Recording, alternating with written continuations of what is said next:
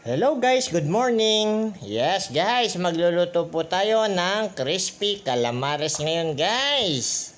Yes, yan po. Yan guys, yung ating calamares guys, bumili po tayo ng 3 piraso sa alagang 120 pesos guys. Malaki-laki na yan guys.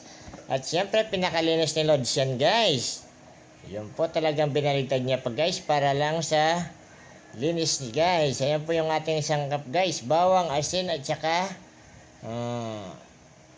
bawang, asin, paminta, betchin guys. At syempre guys, pinakalinis ni Lord yan guys, binaliktad niya guys para sulit na sulit yung pagkakalinis. Malinis na malinis yan guys. Yun po oh.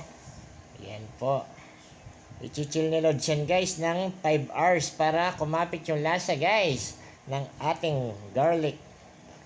Alam naman natin guys, ng bawang napakasarap sa lahat ng guys, panlasa nating mga Kapampangan guys. Yes po. Ayan guys, oh, napakalinis guys. Lalagyan na ni Lods ng ating sangkap guys. Yun po oh, lalagay na niya yung ating bawang. Yes guys. Yan oh, dinurog natin ng malilit yung ating bawang guys para mas maniksik yung lasa guys. Ayan po, lalagyan natin ng konting asin. Yes guys. At syempre, pamintang durog. Guys, tigdagan natin ng konting pamintang durog guys para medyo may hanghang ng konti guys. At syempre lalagyan natin siya ng magic.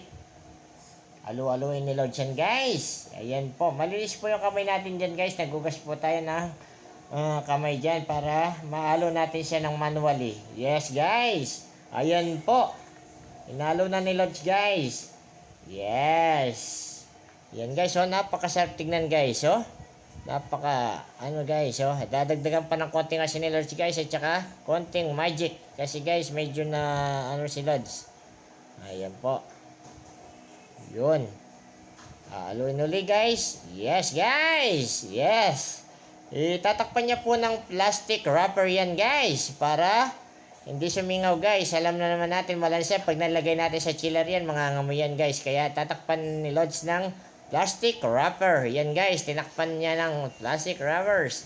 Ilalagay na sa chiller yan guys ng 5 hours. Yes po, 5 hours yung ginawa ni Lods yan guys. Pag marinade, yes po. And then guys, gagawa po tayo ng napakasarap na suka guys. The best na ating niluto guys ha. Yan, sob na sob yung ating yan guys ha. Calamares ni Lods guys oh. Shh, pasok! Ayan guys oh. Ayan kung makikita nyo guys oh. Ayan po oh.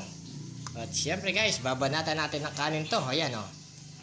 Ayan guys, papakita din natin yung natin guys, niluluto natin guys diyan. Ayan po oh. Ayan guys oh. Calamares ni Lods guys. Yes, tama po. Yan po yung calamares. Ayan. Siyempre magpapakita tayo sa video guys bago tayo mawawala na